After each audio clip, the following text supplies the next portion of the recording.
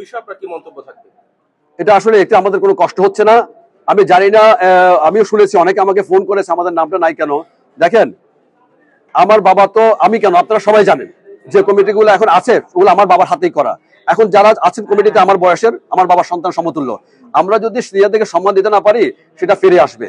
আর যেহেতু আমি দেখেন আমার বাবা বয়স হয়ে গেছে, ওনাকে অবশ্যই আমি মনে করি দেশ নেত্রীর খালেদা জিয়ার পরে ওনার নামটা উচিত ছিল। এবং এখানে অনেকে দেশ নেত্রীর নাম যেখানে আছে আপনারা জানেন প্রশ্নবিদ্ধ অনেক লোকজন সেখানে আছে, যেটা কোনোভাবে উচিত হয়নি। বাংলাদেশের অন্য জেলা উপজেলায় কি হচ্ছে সেটা আমার জানার বিষয় নাই।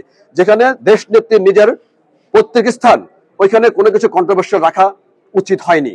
এবং আমি অনেকভাবে বিভিন্ন পত্রিকা দেখতে পাচ্ছি, বিভিন্ন মিডিয়াতে দেখতে পাচ্ছি, আমি বলতে চাই না বিস্তারিত।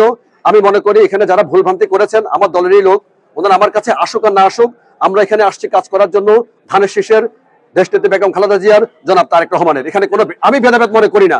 আমাকে কেন ভেদাভেদ মনে করছে আমি সেটা বুঝতে পারছি না, অবগত নো। কারণ আমাদের কাজ একটাই, ধানের শীষ বেগম খালেদা জিয়া। তো সুতরাং এখানে আমি দেখেন 16 বছর পরে বিজেপিতে নির্বাচিত হয়েছি, সর্বোচ্চ ভোটে, আপনি জানেন সেটা। আমার মতো লোক কমিটিতে আসতে পারে না, তাহলে কমিটিতে কে আসতে পারে?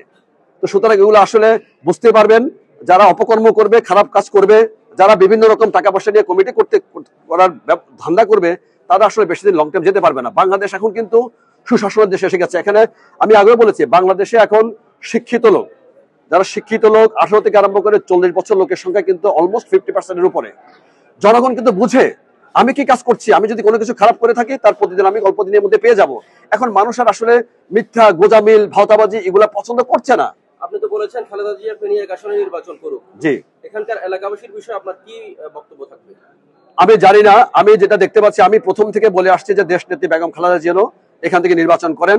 কারণ আপনি খেয়াল করে রাখবেন সামনের দিনগুলো কিন্তু ডে বাই ডে কঠিন থেকে কঠিনতর হয়ে যাচ্ছে। কি বিএনপি যদি ম্যাডাম যদি এখান থেকে নির্বাচন না করেন তাহলে প্রেক্ষাপটটা ভিন্ন। আমাদের দাবি এখান থেকে যদি নির্বাচন করে ম্যাডামের এই উসিলায় ফেনীর যে টোটাল যেটা নোয়াখালীতে যে 13-12টা আসন আছে সে আসনে ইনশাল্লাহ বিএনপির বিজয় নিশ্চিত হবে।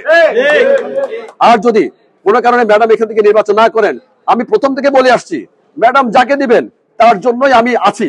কিন্তু তারপরেও আমি দেখি যে বিভিন্ন রকম বাধা বিপত্তির সৃষ্টি হচ্ছে। আমি বলতে চাচ্ছি না, হয়তো ওনারা বুঝতে পারবেন, আমার মন মানসিকতা বুঝতে পারেন। আমরা ভাই পড়ালেখা করা ছেলে, শিক্ষিত পরিবারের ছেলে, মন মানসিকতা ভিন্ন, কোনো কনজারভেটিভিটি নিয়ে আমি এখানে আসিনি। দেখেন আমি পোস্টার লাগিয়েছি, পোস্টার ছিঁড়ে ফেলেছে, এটা কি বলা হয়? পোস্টার তো নেত্রীর ছবি ছিল, আমাদের পার্টির প্রতিষ্ঠাতা জিয়াউর রহমানের ছবি ছিল, তারেক জিয়ার ছবি ছিল। যদি ন্যূনতম শিক্ষা জ্ঞান থাকতো তাহলে এটা কোনো ফেলে দিতে পারতো না। আমি তো এখানে নগণ্য একজন ব্যক্তি, মূলত ওনারা রয়ে গেছেন গিয়ে।